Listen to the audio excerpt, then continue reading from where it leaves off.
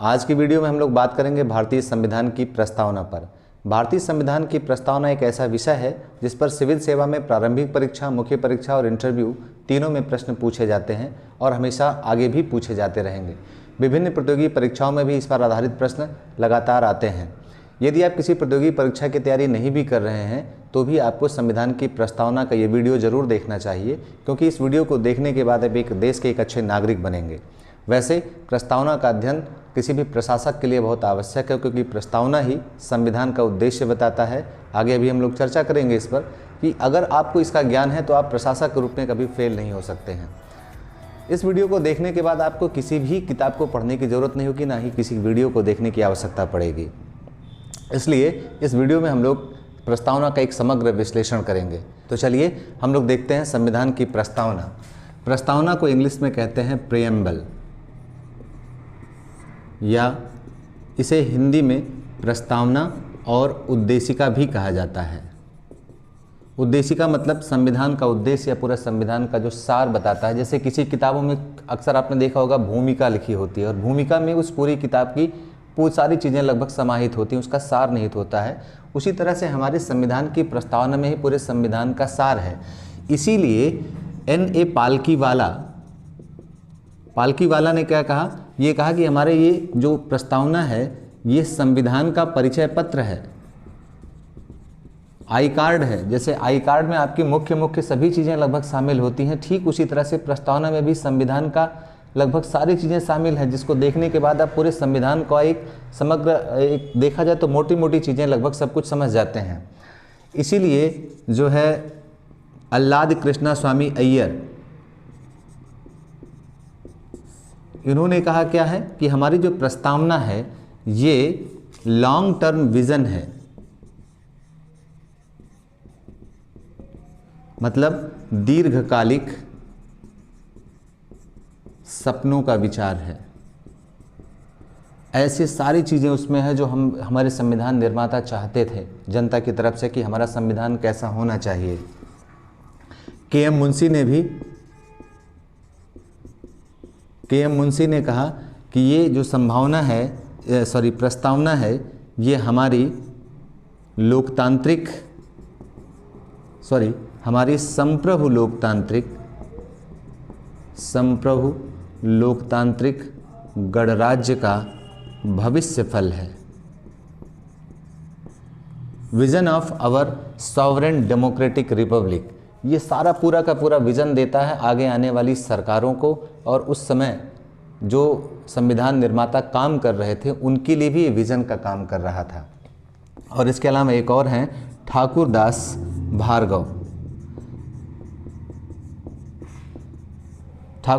भार्गव ने कहा कि ये हमारे जो संविधान की जो प्रस्तावना है ये संविधान की आत्मा, कुंजी व आभूषण है, मतलब शोल है, ये की है और ज्वेल है।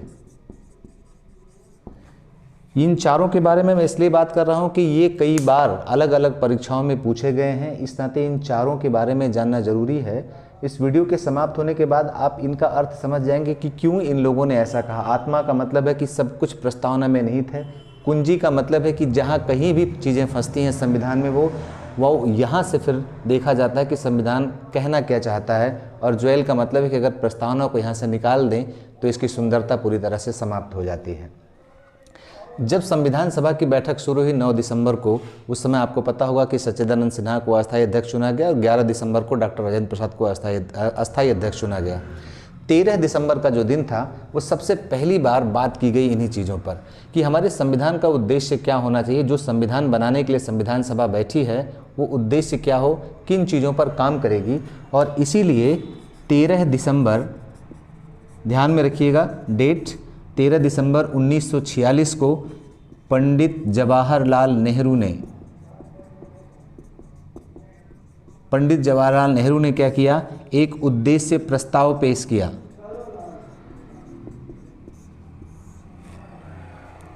यही उद्देश्य प्रस्ताव ही आगे चल करके जब संविधान तैयार हो गया, इसी उद्देश्य प्रस्ताव में थोड़ा बहुत फेरबदल करके इसी को उद्देशिका या प्रेमबिल बना दिया गया। तो 13 दिसंबर 1946 को पंडित जवाहरलाल नेहरू ने देश प्रस्ताव पेश किया। इस पर संविधान सभा के सदस्यों के बीच वाद विवाद हुआ और अंततः इसे 22 जनवरी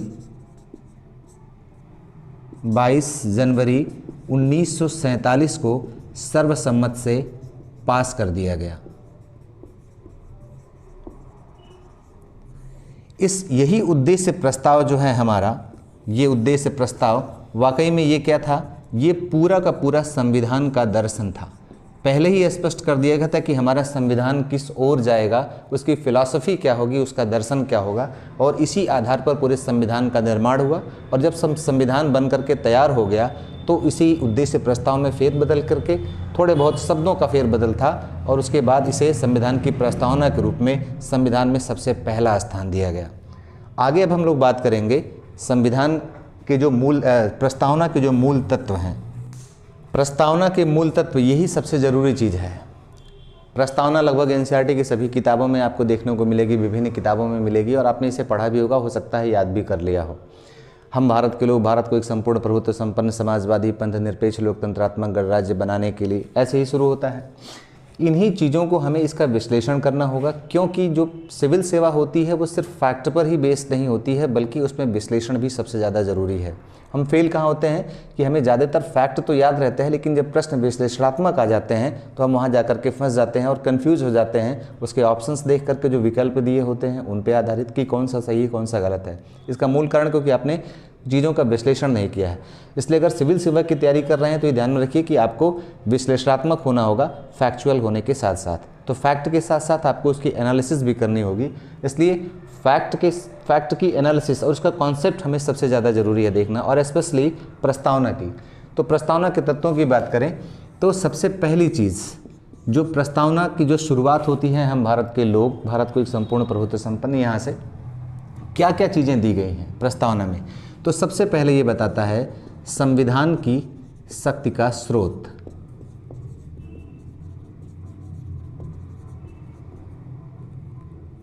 संविधान की शक्ति का स्रोत या सोर्स ऑफ द पावर। जो संविधान में सारी शक्तियां हैं जिनके तहत विभिन्न संवैधानिक पदों पर बैठे हुए लोग उन शक्तियों का प्रयोग करते हैं, वो शक्तियां आई कहाँ से हैं। दूसरा, हमारी जो राज व्यवस्था है, जो पॉलिटिकल सिस्टम है, उसकी संरचना कैसी होगी, structure of the political system.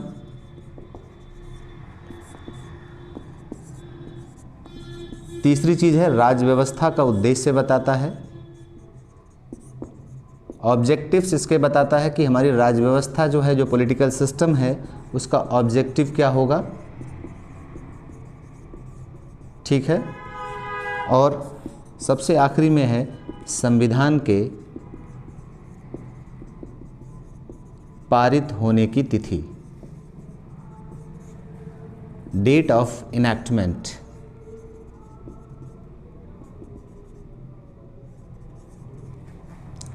संविधान का अगर प्रस्तावना का पूरा आपने पढ़ा होगा तो आपको ये मूल रूप से यही चार चीज़ें आपको उसमें दिखाई पड़ेंगी। बाकी सारी चीज़ें हैं, एक एक चीज़ों पर हम लोग बात करेंगे। जैसे संविधान की शक्ति का स्रोत, जो संविधान का जो सबसे पहला शब्द है वही है, वो क्या है, हम भारत के लोग, we the people of India, यही से शुरू होता है ना। ये हमारी शक्ति का स्रोत है। इसका मतलब है कि संविधान में जितनी भी शक्तियां हैं वो सब की सब हमारे इस जनता द्वारा दी गई हैं, भारत की जनता द्वारा है, ये पीपुल्स द्वारा है। शक्ति का स्रोत कौन है, जनता है। ये प्रश्न पूछा गया है, भारत में शक्ति का स्रोत कौन होता है, संविधान में शक्ति का स्रोत है, संविधान को अधिकार कहाँ से मिलते हैं। इस तरह से घुमा करके अलग अलग कई बार अलग अलग परीक्षाओं में प्रश्न पूछे जाते हैं। तो आपको कंफ्यूज नहीं होना है, ये ध्यान रखना है कि हमारे संविधान में शक्ति का स्रोत है, संविधान के अधिकार का स्रोत सबके सब भारत की जनता है। जनता ही हमारे संविधान की निर्माता है, जनता की तरफ से ही संविधान निर्माताओं ने संविधान का निर्माण किया है। ये ध्यान में एक बार ये प्रश्न पूछा गया कि ये हम भारत के लोग, ये शब्दावली, ये जो सेंटेंस है, ये लिया कहाँ से गया है।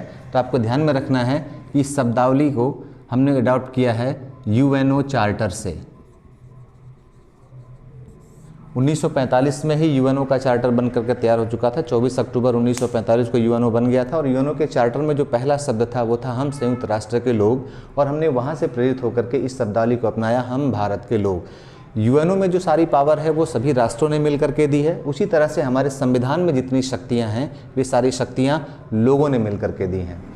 एक प्रश्न अक्सर इंटरव्यू में पूछा गया या कि अगर देखा जाए तो सर्वोच्चता किसकी, अगर सभी शक्तियों का स्रोत जनता है तो क्या जनता सर्वोच्च है, या राष्ट्रपति सर्वोच्च है, या संसद सर्वोच्च है, या न्यायपालिका सर्वोच्च है? सर्वोच्चता की स्थिति में कौन है? संविधान, जनता, न्यायालय, संसद, राष्ट्रपति, कौन? वास्तव में सर्वोच्चता की स्थिति में होगा संविधान। जब कभी भी आपको दोनों में टकराव महसूस हो या ऐसा लगता होगा कि जब संविधान का निर्माण किसने किया है, भारत के लोगों ने किया है, तो लोग सर्वोच्च होंगे, पर ऐसा नहीं है।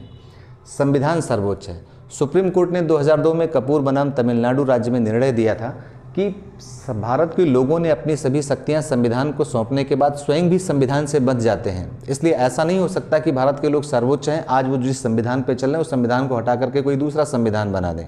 ऐसा बिल्कुल नहीं होगा। क्यों? क्योंकि संविधान बन जाने के बाद सर्वोच्च स्थिति में होता है संविधान, ना कि भारत के लोग। चलिए अब दूसरे बिंदु पर आते हैं, राजनीतिक व्यवस्था की संरचना पर। Structure of the political system, ये क्या है? 5 शब्दों में इसका पूरा वर्णन है। हम भारत के लोग भारत को एक संपूर्ण प्रभुत्व संपन्न, मतलब सॉवरेन, समाजवादी, सोशलिस्ट, पंथनिरपेक्ष, सेकुलर, लोकतांत्रिक, डेमोक्रेटिक, गणराज्य, रिपब्लिक, ये पूरी की पूरी संरचना है। ये बनाने के लिए तथा लोगों की ये पूरे शब्दावली है। तो सॉवरेन होने का क्या मतलब है? प्रभुत्व संपन्नता। 3 रूपों में इसे देखेंगे। सॉवरेन होने का मतलब है कि भारत अब ना तो किसी के अधीन है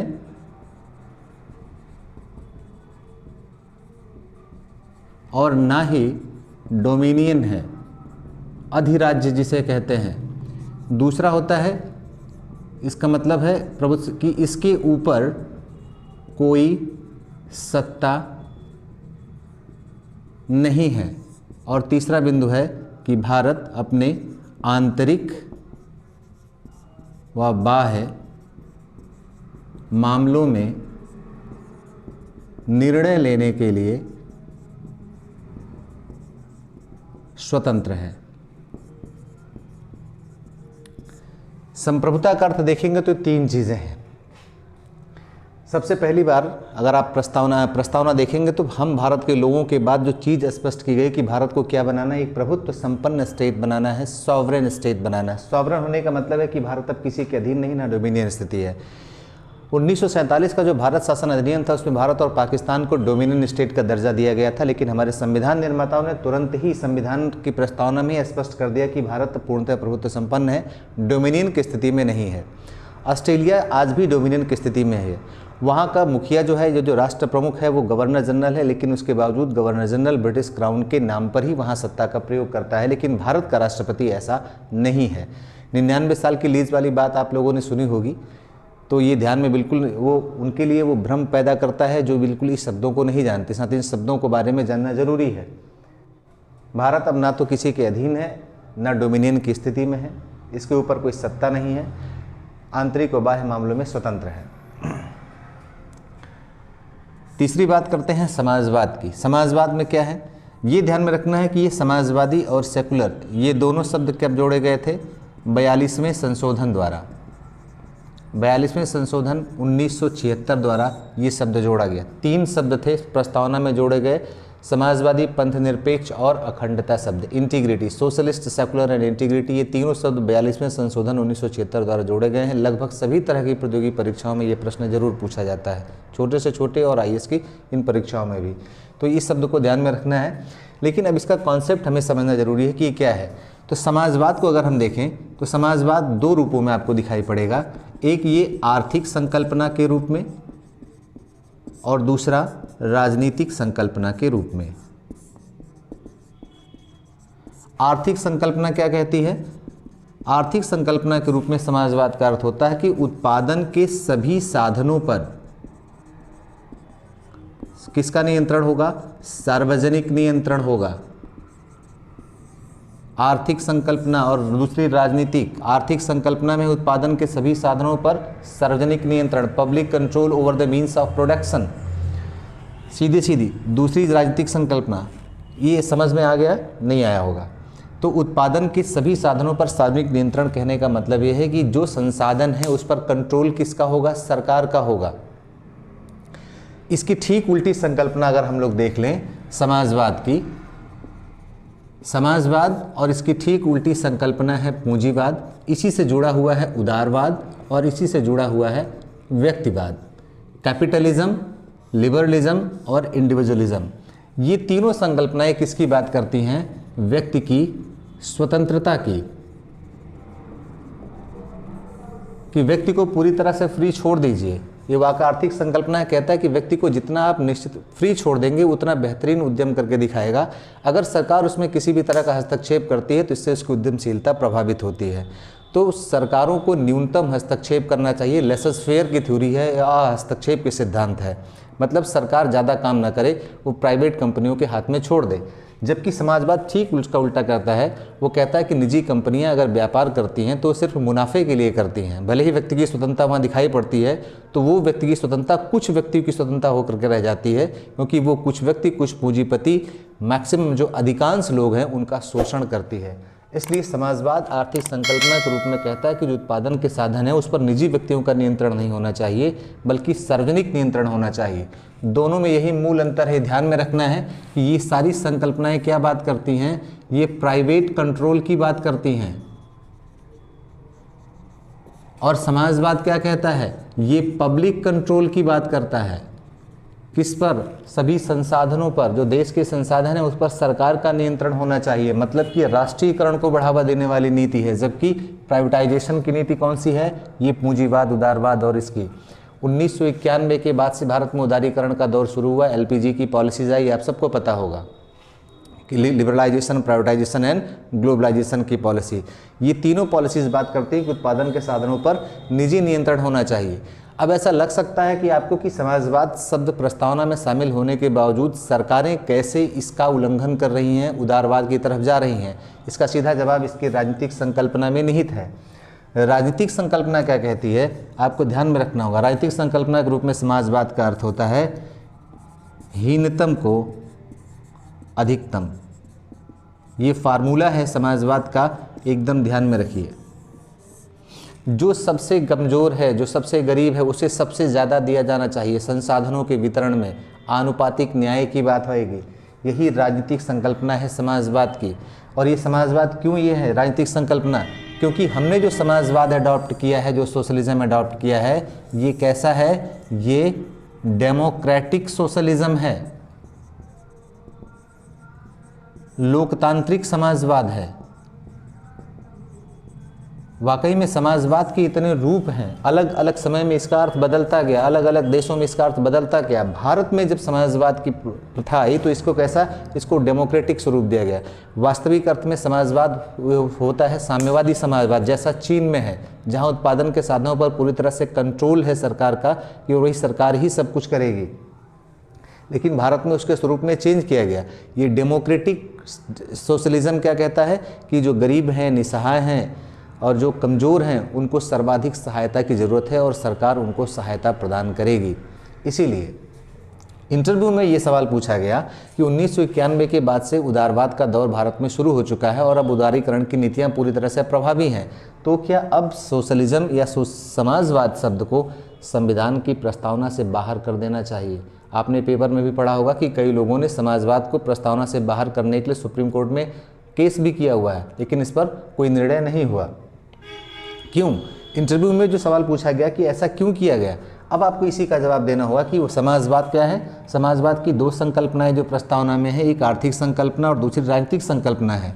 ये आर्थिक संकल्पना क्या है? ये आर्थिक संकल्पना इस राजनीतिक संकल्पना को पूरा करने का साधन है, और जबकि ये क्या है? राजनीतिक संकल्पना, ये हमारी राजनीतिक व्यवस्था का लक्ष्य है। समाजवाद के द्वारा हम हीनतम को अधिकतम प्रदान करने की कोशिश करते हैं ताकि सामाजिक न्याय के लक्ष्य को पूरा किया जा सके, एक समानतापूर्ण समाज की स्थापना की जा सके। तो समाजवाद सिर्फ सबकी समानता की बात करता है। पूंजीवाद कहता है कि व्यक्तियों की विशेषताएं अलग अलग होती हैं, इसलिए सबकी क्षमताएं अलग अलग हैं, तो सबके कार्य करने की प्रणाली अलग अलग है, उसमें कोई दिक्कत नहीं, लोगों को स्वतंत्र छोड़ दो, फिर समाज चाहे असमान हो या समान हो उससे कोई फर्क नहीं पड़ता है। ठीक है, तो हीनतम को अधिकतम देने की प्रणाली ये लक्ष्य है। अभी मैंने आपसे जो कहा कि अगर इंटरव्यू में आपसे ये सवाल पूछा जाए तो आप इसका जवाब क्या देंगे कि उदारवादी नीतियों के बाद से क्या समाजवाद शब्द को हटा देना चाहिए? उत्तर होगा बिल्कुल नहीं। क्यों? क्योंकि सरकार ने इस आर्थिक संकल्पना की नीति को छोड़ा है जो इसका साधन है। जब आर्थिक जो उत्पादन के सभी साधनों पर जब सार्वजनिक नियंत्रण था, उससे सरकार को टैक्स कलेक्ट हो रहा था, सरकार के पास आय हो रहा था, और उस आय के जरिए क्या करती थी? हीनतम को अधिकतम प्रदान करती थी। अब क्या है? उससे सरकार को नुकसान होने लगा, तो ये लक्ष्य अधूरा हो गया। इस लक्ष्य को पूरा करने में दिक्कतें हो रही थी, इसलिए हमने क्या किया? इन चीज़ों को बदल दिया है। उत्पादन के सभी साधनों पर सार्वजनिक नियंत्रण की जगह धीरे धीरे क्या कर रहे हैं? निजी नियंत्रण को बढ़ावा दे रहे हैं। इसी को हम उदारवाद या पूंजीवाद या व्यक्तिवाद कहते हैं। तो निजी नियंत्रण को बढ़ावा दे रहे हैं, उसके जरिए सरकार के पास टैक्स आ रहा है, और उस टैक्स के जरिए क्या पूरा कर रही? हीनतम को अधिकतम का लक्ष्य पूरा कर रही है। आपने सरकार की सभी योजनाओं में ये देखा होगा कि हीनतम को, गरीब व्यक्तियों को, कमज़ोर व्यक्तियों को सर्वाधिक दिया जाता है। कोई भी योजना बनती है तो इन लोगों को सबसे पहले ध्यान में रखा जाता है, और यही वास्तव में समाजवाद है। इसलिए उदारवादी नीतियों के बावजूद भी समाजवादी शब्द को संविधान की प्रस्तावना से बाहर नहीं किया जा सकता है। दूसरी चीज़ आते हैं अब पंथ निरपेक्षता पर।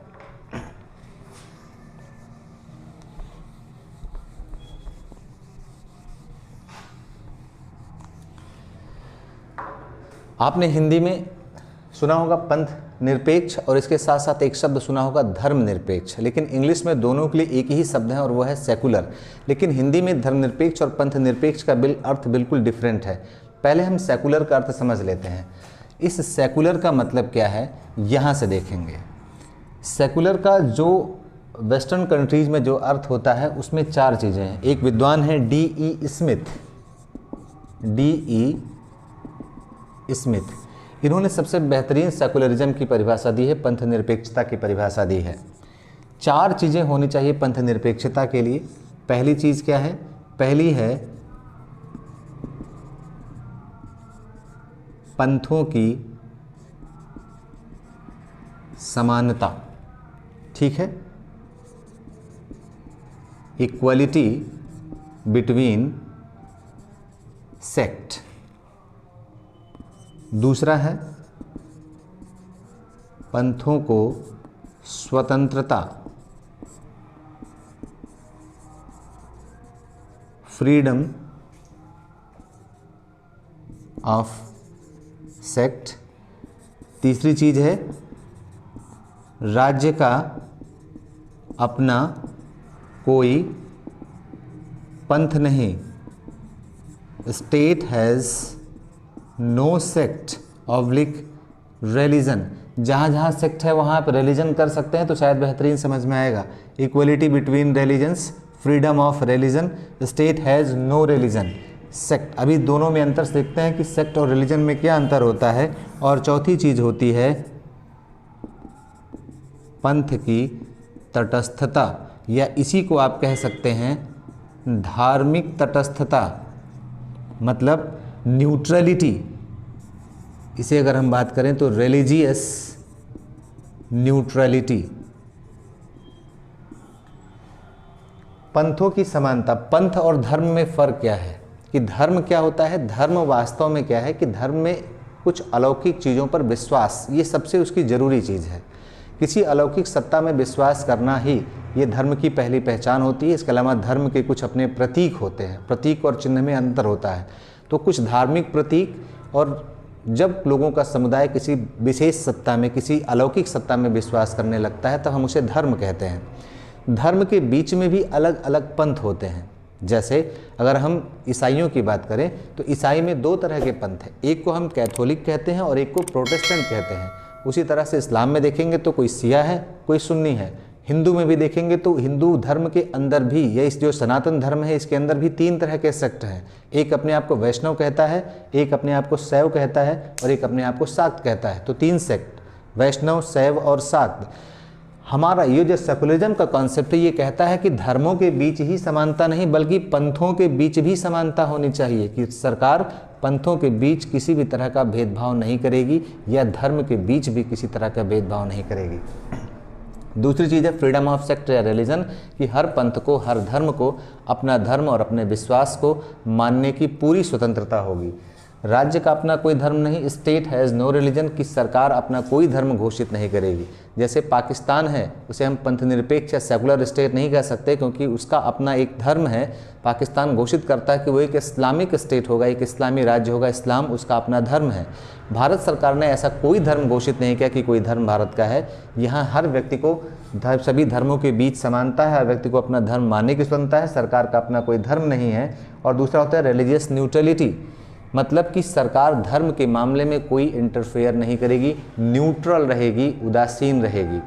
वास्तव में ये चार चीज़ें कहाँ मिलती हैं आपको? ये पूरी की पूरी दुनिया के सिर्फ कुछ ही देशों में हैं। उनमें से एक देश है यूएसए।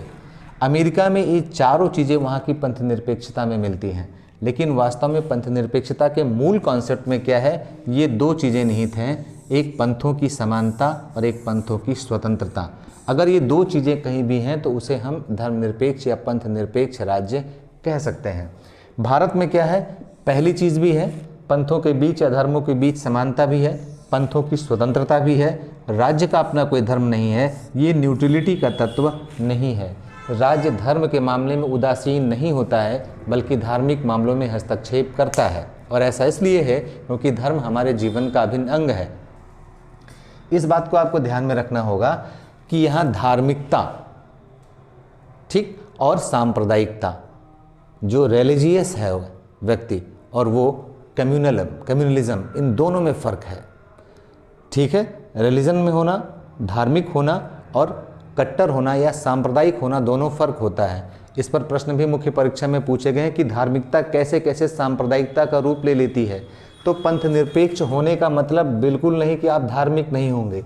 पंथ निरपेक्ष कहता है कि हर व्यक्ति को अपना धर्म मानने की पूरी स्वतंत्रता है, जैसा धर्म कहता है उस धार्मिक आचरण करने के लिए पूरी तरह से स्वतंत्र है, और ये सारी चीज़ें मूल अधिकारों में दी गई हैं।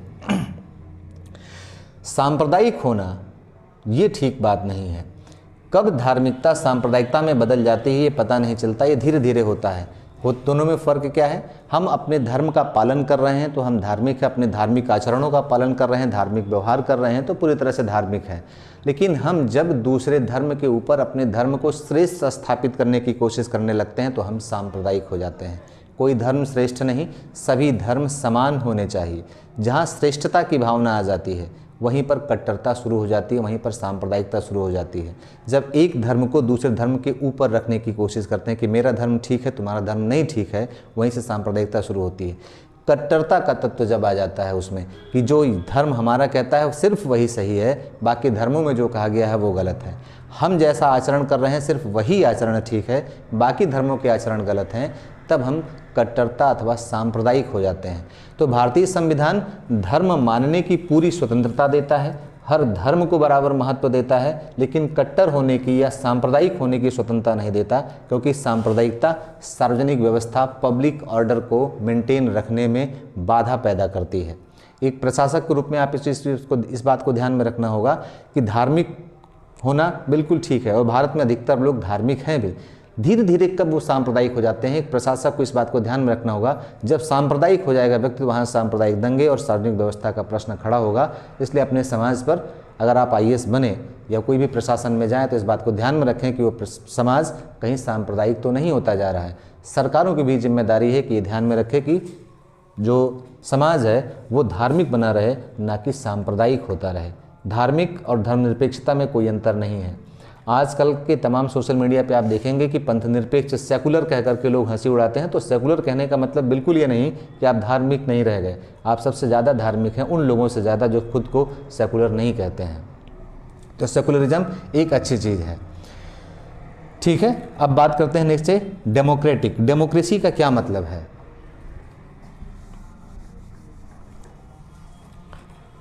लोकतांत्रिक या डेमोक्रेसी।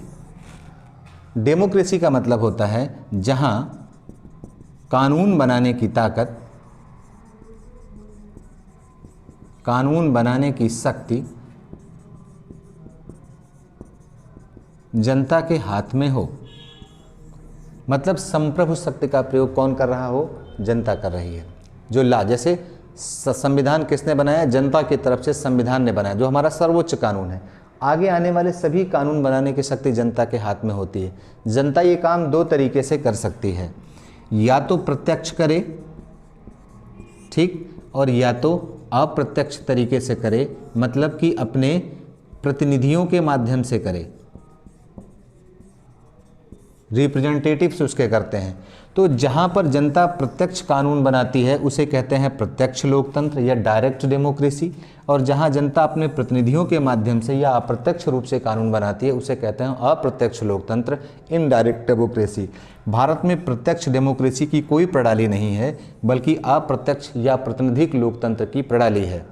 अब आपको ध्यान में रखना होगा कि प्रातिनिधिक लोकतंत्र में के भी कई रूप हैं। भारत ने कौन से मॉडल को अडॉप्ट किया है, इस बात को अब हम लोग आगे चल करके देखते हैं।